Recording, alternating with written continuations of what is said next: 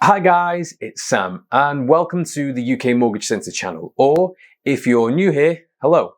So I'm assuming that you're looking at ways that you can work out your mortgage affordability. Well, you've come to the right place. Now in this video, I'm going to discuss how a lender assesses your income towards a mortgage. And now that I've got your attention, why don't you subscribe? It's free. That way you're not going to miss anything that I upload, and we're going to be here every Monday for you guys.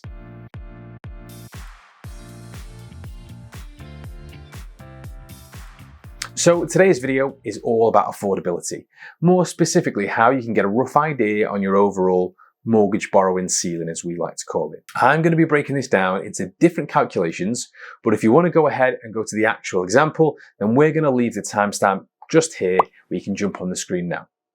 But before we get into an example, let's talk through how lenders are going to calculate your mortgage affordability.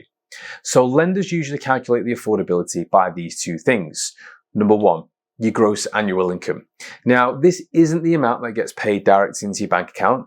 That's usually what we refer to as your net pay. That's after you pay things like your income tax, national insurance, pension contributions. Some people have like vouchers on there or travel cards that they pay through their employer. That's going to be net. We're talking about the top line income. Now, if you're an employee, you'll receive a payslip, usually on the left-hand side, or left on the screen this side. This is where you'll see the salary.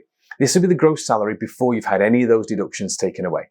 If you're self-employed, the chances are you're going to have something called a HMRC tax calculation or overview.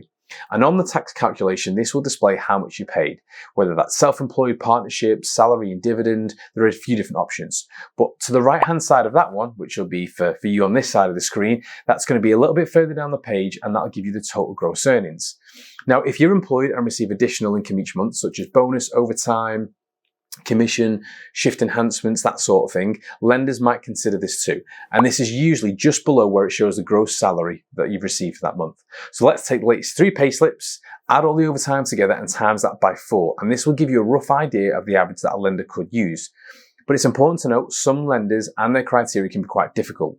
So whilst it's a good guide to use the last 3 months to create the average, it's worth double checking the lender's criteria. Some might take 50%, 60%, 100%, who knows, we just need to double check. So then the second thing a lender will use to calculate your affordability are your outgoings, usually committed expenditure, the sort of things that you've signed a contract that you have to pay each month, no questions asked. So we're looking at things here like your loans, overdraft fees, car payments, credit card payments, nursery fees if you've got kids, buy now, pay later, PayPal credit, Klarna, Monzo Flex, which is quite trending, all those sorts of things. Then a lender's also going to use ONS data. And that's for somebody buying a property, which will include the average for like gas, electricity, council tax, water, any leasehold or service charges for properties that are leasehold, but we'll do a whole separate video on that. So click here if you want to take a look at leasehold stuff. Now, once a lender knows the income and expenditure, they can work their magic and you can see how much you can afford. Now, to calculate the basic affordability, the most basic system of them all is to use what's called an income multiple. Now, the reason income multiples are used is that looking at your mortgage to earnings ratio, it gives lenders a straightforward window into what you could be able to afford right at the top end.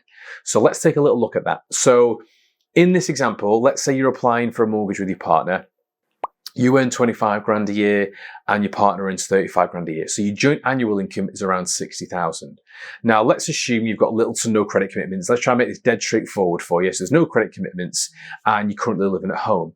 Now if we times this 60,000 by 4.5, you get 270,000. So that's roughly what you can afford as a mortgage on the higher end. Then your deposit goes on top of that, and that would make your purchase price. So again, using the example, if you purchase a property of £300,000 with a 10% deposit, you'd be looking for a mortgage in the region of 270 grand, 30 grand deposit. Now remember, the lender will also take into account any credit commitments you may have taken out over the years, and they're going to work backwards on that for the maximum loan. So if we look at a car loan of 400 quid a month, let's say, if we times that by 12, it gives us an annual figure, and then we times that by 4.5, that's a total of 21,600. And a lender then might deduct that from the top. So in that example, we had 270,000 minus the 21,600. That might be the borrowing ceiling. Now, we always say it, but it is really important that you disclose any credit commitments to your lender or the broker to ensure your mortgage application isn't put in the bin. So to summarize, if you have a quick guide to your borrowing ceiling, take your gross salary, times by 4.5, and that's going to give you a steer of the capabilities of right at the top end of the affordability.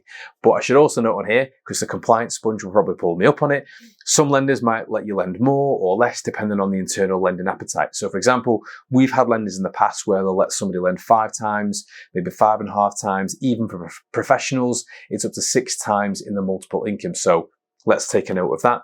And other factors can affect the affordability. So we're looking at the mortgage term. The longer the mortgage term, the more you might be able to lend, the length of the product. So if you take a 2-year fixed versus a 5-year fixed, chances are you'll lend a little bit more on the 5-year deal because the lender's giving a bit of security. And of course, the holy grail, the loan to value. So the more deposit that you put in, the more affordability you might be given. So there's plenty to consider when it comes to affordability, which is why it can be quite difficult. Now, we do have a calculator on our website, so we'll leave that description in the box below, and we'll leave a link to download our first time brochure as well. And that's going to be full of handy tips and tricks on buying your first home. But if this video is for you and you've enjoyed it, please give it the thumbs up.